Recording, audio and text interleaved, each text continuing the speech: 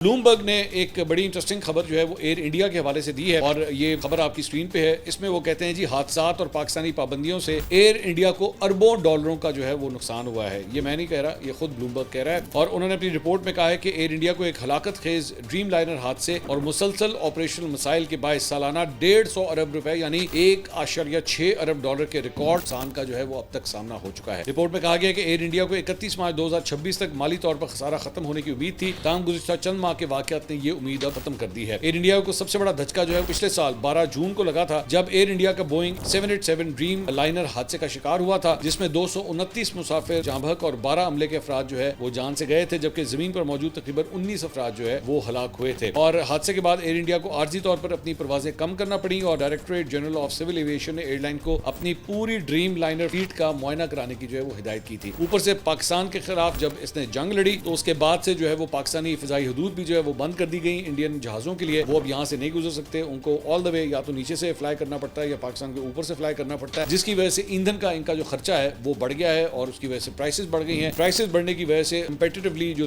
دیگر international air lines ہیں وہ ٹریول کر سکتی ہیں, وہ آل دا وے پاکستان کے اوپر سے جا سکتی ہیں, ان کو کاسٹ کم پڑتی ہے, ایئر انڈیا کو کاسٹ زیادہ پڑتی ہے, جس کی وجہ سے ان کو اتنا نقصان ہو رہا ہے.